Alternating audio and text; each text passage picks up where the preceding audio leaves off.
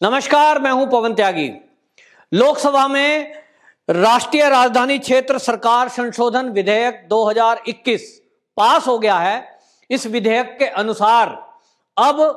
दिल्ली की सरकार कोई भी फैसला लेगी, लेकिन उस पर अंतिम मोहर एलजी की लगना जरूरी है। जी हां, सरकार केवल यूं कहें तो इस विधेयक के बाद केवल नाम की सरकार रह जाएगी। सरकार मतलब एलजी हो जाएगा। ये सारी पावर एलजी को दे दी गई है। मुख्यमंत्री और उनके जो मंत्री हैं वो अपनी विधानसभा से कोई भी प्रस्ताव पास करके उसको तब तक लागू नहीं कर सकते जब तक एलजी उस फाइल पे साइन ना कर दे। जी हां, ये जो विधेयक है ये वास्तव में जो दिल्ली के मुख्यमंत्री केजरीवाल हैं उनकी शक्तियों को बाउंड करने के लिए असल में किया गया। और आपको बताएं कि इसको लेकर जैसा कि जो हमारे केंद्रीय गृह राज्य मंत्री हैं वो जी कृष्ण रेड्डी, उन्होंने कहा है कि ये किसी की शक्तियों को खत्म करने का सवाल नहीं है, ये टकराव को टालने के लिए है। क्योंकि कई मामले में ऐसा देखा गया था कि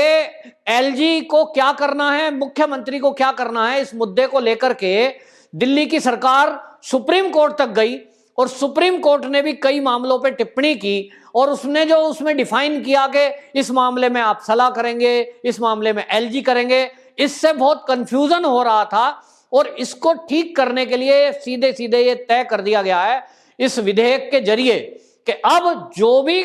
सरकार, दिल्ली सरकार या जितने भी राज्य, केंद्र शासित राज्य हैं, उनमें यदि भविष्य में भी कोई सरकार बनती है तो वो सरकार का फैसला अंतिम नहीं माना जाएगा जब तक कि एलजी उस पर साइन ना कर दें। और आपको बताएं कि कुल हमारे देश में इस समय 9 केंद्र शासित प्रदेश हैं। उन 9 प्रदेशों में केवल 2 जगह चुनी हुई सरकार है, एक है पुडुचेरी और दूसरा है दिल्ली। दोनों में केवल केजरीवाल विवाद कर रहे हैं और केजरीवाल तो बाकायदा इसको लेकर के कह रहे हैं कि ये बिल जो है दिल्ली की जनता का अपमान है। वो कह रहे हैं दिल्ली की जनता ने एक चुने हुए लोगों को यहां पर भेजा सरकार चलाने के लिए, लेकिन हमारे सारे फैसले को तब तक लागू नहीं हुआ करे जाएगा जब तक एलजी साइन ना कर दें। लेकिन केजरीवाल जी इस बात का कोई जवाब नहीं देते कि वो मनमाने तरीके से जिस तरह से लोगों को 200 यूनिट बिजली फ्री दे रहे हैं और उस फ्री बिजली में वो लोग भी हैं जो करोड़पति हैं, जिनकी हर महीने की आय करोड़ों में है, वो उनको भी पानी और बिजली फ्री दे रहे हैं। क्यों ऐसा कर रहे हैं इसका उत्तर वो नहीं दे रहे। जो सब जनता समझ रही है कि फ्री वाईफाई, फ्री बिजली, और अभी उन्होंने हाल ही में जो प्रधानमंत्री की तरफ से, एक केंद्र सरकार की तरफ से पीडीएफ के जरिए गरीबों को राशन दिया जाता है, उसका भी नाम बदलने की योजना का प्रचार प्रसार कर दिया और उसको कर दिया मुख्यमंत्री घर घर राशन योजना। उस पर भी केंद्र सरकार ने आपत्ति जताई थी और इसी से मामला तूल पकड़ा था कि मुख्यमंत्री अपनी मर्जी से किसी भी योजना को लॉन्च कर देते हैं, कोई भी लोगों को सुविधा दे देते हैं फ्री में, जो कि उनके अधिकार क्षेत्र में भी नहीं आता है, जब तक कि एलजी से कोई वो सलाह ना ले लें। वो बाउंड हैं क्योंकि वो केंद्र शासित राज्य हैं। दूसरी तरफ केजरीवाल जब आरोप लगा रहे हैं केंद्र सरकार पर कि केंद्र सरकार उनकी शक्तियों का छीन कर रही है, उनकी शक्तियों का हनन कर रही है, जैसा कि मनीष सिसोदिया हैं जो उप मुख्यमंत्री हैं दिल्ली के, वो तो इस जो विधेयक है इसको असंवैधानिक कह रहे हैं और वो कह रहे हैं कि ये केंद्र सरकार जबरदस्ती हमारे बीच में बाधा बन रही है और हमारी शक्तियों को छीन रही है। जबकि वो ये भूल जाते हैं कि दिल्ली के अलावा 8 और ऐसे राज्य हैं जो केंद्र शासित हैं और वहां कोई भी आपत्ति नहीं जता रहा। और आपको बताएं कि वो 8 जो क्षेत्र हैं वो ऐसे हैं जहां देश की सुरक्षा से जुड़े हुए मुद्दे को ध्यान में रखते हुए ये निर्णय लेना जरूरी है। और इसी तरह दिल्ली भी है, क्योंकि दिल्ली में बहुत सारे देशों के दूतावास हैं और यहाँ केंद्रीय सरकार बैठती है, यहाँ केंद्रीय सरकारों के ऑफिस हैं, राष्ट्रपति और प्रधानमंत्री का आवास है। यहां से बहुत सारे देश विदेश के लोगों का, राजनयिकों का आना जाना रहता है और उनकी सुरक्षा को लेकर के जो यहां की पुलिस है, उस पुलिस की व्यवस्था को किसी राज्य के हैंडओवर नहीं किया जा सकता। और केजरीवाल इस बात को भूल जाते हैं। केजरीवाल हर मुद्दे में केंद्र से टकराते हैं और इसीलिए आपको बताऊं, केंद्रीय गृह राज्य मंत्री जी कृष्ण रेड्डी ने कहा कि आपको बताएं कि देश की आजादी के बाद से, वो कहते हैं लगातार दिल्ली और केंद्र में तालमेल चल रहा था। 1996 से लेकर के और 2015 तक केंद्र और राज्य में कभी कोई विवाद नहीं आया। 1996 के बाद से, जब से ये राज्य बना है, तब से लेकर के कोई विवाद नहीं है। जो भी फैसले हुए वो केंद्र सरकार और राज्य सरकार दिल्ली ने मिलकर के ले लिए। लेकिन 2015 के बाद से, जब से केजरीवाल की सरकार आई है, वो लगातार विवाद पे विवाद करते हैं और हर मुद्दे में विवाद पैदा करके वो जनता की सहानुभूति लेने की कोशिश करते हैं और दिल्ली के लोगों को बरगलाने की कोशिश करते हैं और ये कहने की कोशिश करते हैं कि साहब मैं तो आपको सुविधा दे रहा था, केंद्र सरकार नहीं करने दे रही है, जो कि एक कोरा झूठ होता है। और इसीलिए टकराव को टालने के लिए जो जी कृष्ण रेड्डी हैं वो बताते हैं कि इस टकराव को टालने के लिए सीधा सीधा एक मैसेज दे दिया कि अब जो भी फैसले लिए जाएंगे वो एलजी लेंगे, आप केवल सलाह देंगे। आपको कोई प्रपोजल देना है, मान लीजिए किसी क्षेत्र में आपको स्कूल बनवाना है, तो आप स्कूल बनाने का प्रपोजल दीजिए, फाइल साइन करेंगे फाइनल एलजी फाइल साइन करेंगे तो ही स्कूल के लिए फंड रिलीज होगा। ये सीधा सीधा आदेश है और ये सीधा आदेश इसीलिए है कि जिस तरह की योजनाएं और जिस तरह का काम हमने केजरीवाल सरकार का देखा,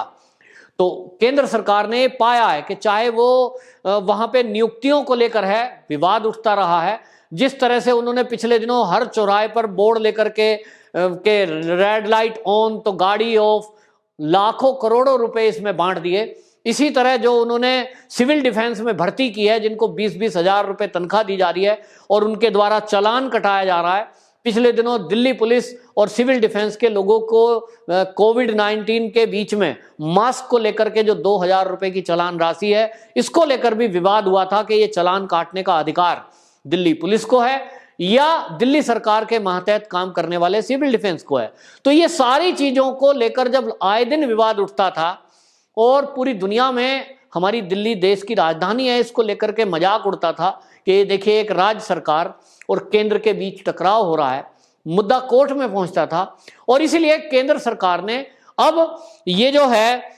राष्ट्रीय राजधानी क्षेत्र सरकार विधेयक 2021 इसको लोकसभा से पास कर दिया है। उम्मीद है राज्यसभा में भी आसानी से पास हो जाएगा। लेकिन जैसा कि विपक्ष का हमेशा रोल रहा है कि वो इसमें कोई ना कोई विवाद ढूंढते हैं और केंद्र सरकार को खामखा कोसने की बात करते हैं, जबकि हमें ये नहीं भूलना चाहिए कि पुडुचेरी में भी चुनी हुई सरकार है, लेकिन वहां के मुख्यमंत्री इस बारे में कुछ भी नहीं बोल रहे हैं, क्योंकि उनको पता है कि ये नियम है और केंद्र सरकार की मर्जी के बिना वाकई में आप इन क्षेत्रों में कोई डिसीजन नहीं ले सकते। और जिसमें कि आपको बताएं कि अंडमान निकोबार द्वीप समूह, दादर नगर हवेली, दमन और दीप, जम्मू और कश्मीर, लक्षद्वीप जैसे सेंसिटिव क्षेत्र भी इसमें आते हैं। और इसलिए केंद्र की निगरानी और केंद्र की जो जवाबदेही है ये बहुत जरूरी है और केंद्र की दखल यहां होना बहुत जरूरी है, वरना सुरक्षा को भारी खतरा हो सकता है। और केजरीवाल जी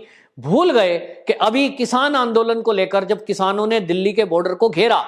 और वो दिल्ली के आने जाने वाले लोगों को रोक रहे थे और दिल्ली के हाईवेज ब्लॉक करके ये किसान बैठ गए, तो केजरीवाल उनके लिए खाना पानी लेके पहुंच गए, वहां टेंट लगवा दिया, वहां उनको मेडिकल सुविधा दे दी और ये तक घोषणा कर दी कि हम किसान आंदोलन में साथ हैं। यानी एक चुना हुआ मुख्यमंत्री जो दिल्ली की सरकार में अब ये बहाना ढूंढ रहे हैं और अब वो ये कह रहे हैं कि दिल्ली की जनता का ये अपमान है विधेयक। वो दिल्ली की जनता से पूछकर क्या किसान आंदोलन वालों के साथ खड़े हुए थे? क्या वो दिल्ली की जनता की सुविधा के लिए हैं या वो दिल्ली की जनता को परेशान करने के लिए मुख्यमंत्री बनाए गए हैं? दिल्ली की जनता ने केजरीवाल को जो चुना है वो इसलिए चुना कि वो दिल्ली के लोगों का सुविधाओं का ख्याल रखे। लेकिन देखने में ये आ रहा है कि चाहे वो सीए के विरोध के टाइम की बात हो, तब भी दिल्ली की सड़कों को ब्लॉक करके जो आंदोलनकारी सड़कों पर बैठे, शाहीन बाग बना, वहां जाकर भी दिल्ली सरकार के मंत्री जाकर के आंदोलनकारियों के साथ खड़े हो गए,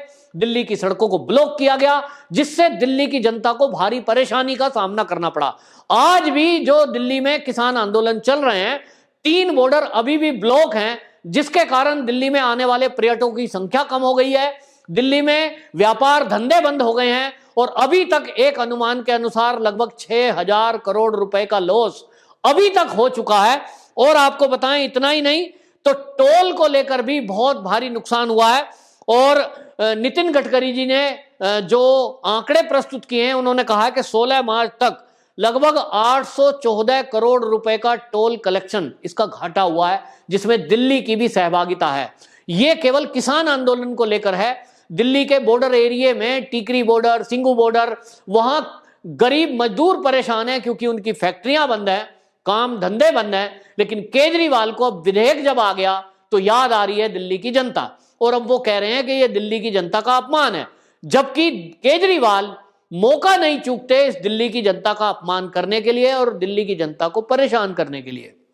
तो क्या केजरीवाल ये जवाब देंगे कि वो एक व्यवस्था बनाने के लिए, ना कि धरने प्रदर्शन के लिए? पिछले दिनों अभी आप देखेंगे कि केजरीवाल की पूरी सरकार, पूरी कैबिनेट जंतर मंतर पर प्रदर्शन करने पहुंच गई और वहां धरना कर दिया। इसी तरह दिल्ली पुलिस के खिलाफ इन्होंने धरना प्रदर्शन कर दिया था, अपमानजनक शब्द दिल्ली पुलिस के लिए इस्तेमाल किए थे। तब भी ये धरनों की पॉलिटिक्स करते हुए ये भूल जाते हैं कि तुम एक मुख्यमंत्री जैसे महत्वपूर्ण पद पर हो, संवैधानिक पोस्ट पर हो, तो अपनी पद की गरिमा बनाए रखना चाहिए। लेकिन केजरीवाल जी राजनीति करना चाहते हैं, पूरे भारत में राष्ट्रीय लीडर अपने को घोषित करना चाहते हैं। वो दिल्ली की सुध लेते नहीं है, लेकिन पूरे भारत में वो नॉमिनेशन करने पहुंच जाते हैं, चुनाव लड़ने के लिए पहुंच जाते हैं, मुद्दों को उठाने के लिए पहुंच जाते हैं। 1 करोड़ रुपया यूपी में जाके बांटे आते हैं, लेकिन दिल्ली में जब दंगे में कोई मारा जाता है उस पर उनका ध्यान बिल्कुल नहीं जाता, और केवल तुष्टीकरण की राजनीति करते हैं। और इसलिए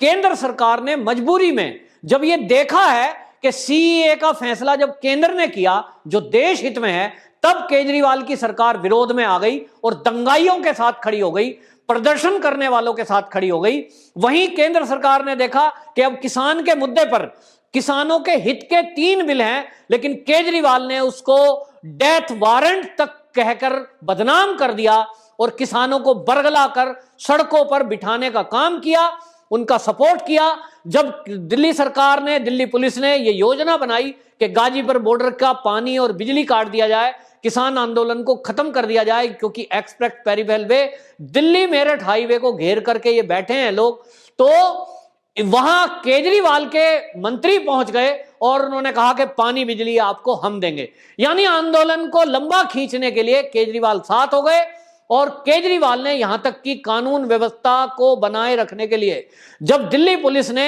दिल्ली सरकार से यह आग्रह किया कि हमको, ये जो आंदोलनकारी हैं इसमें बहुत सारे लोग खालिस्तानी लोग भी हैं, इसमें बहुत सारे लोग दंगा फसाद करने वाले लोग हैं, इनको पकड़ने के लिए हमें जेल अस्थायी रूप से बनानी पड़ेगी, जिसके लिए हमें कुछ स्टेडियम या कुछ स्कूलों की जरूरत है। तो केजरीवाल आंदोलनकारियों के बीच में कॉलर खड़ा करके कहते हैं कि देखो, मैंने दिल्ली पुलिस को स्टेडियम नहीं दिए, उसको जेल के लिए जगह नहीं दी, आपको पकड़ने के लिए कह रहा था, लेकिन मैं आपके साथ हूं।